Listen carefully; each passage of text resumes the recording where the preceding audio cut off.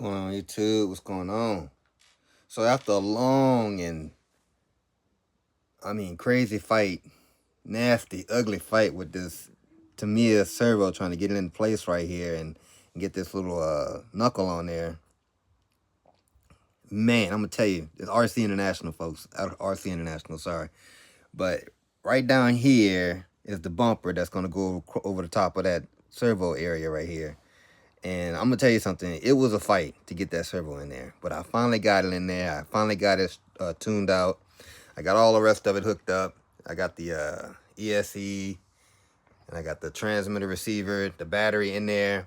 Now I'm going to go with 3S with this thing because I think if I change out the motor and I put a better motor in here, and maybe get a Hobby Wing ESC, I think I can.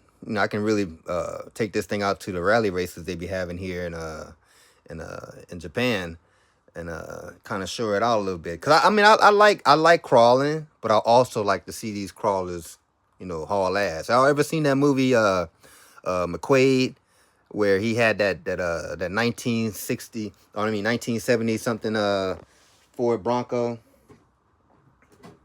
and it looked like sort of like this here, but it was a little bit different. Well, I like the way he had that supercharger on there. He was digging in that dirt. If you don't know what movie I'm talking about, it's Chuck Norris and McQuaid, where he got buried with his truck. And I don't know the name of it, but I'll come up with the name of it later.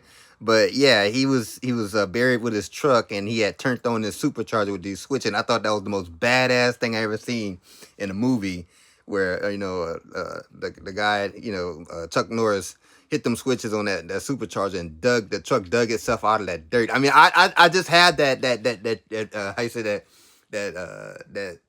that motivation to just design this thing into a badass rally racer and a crawler, might add.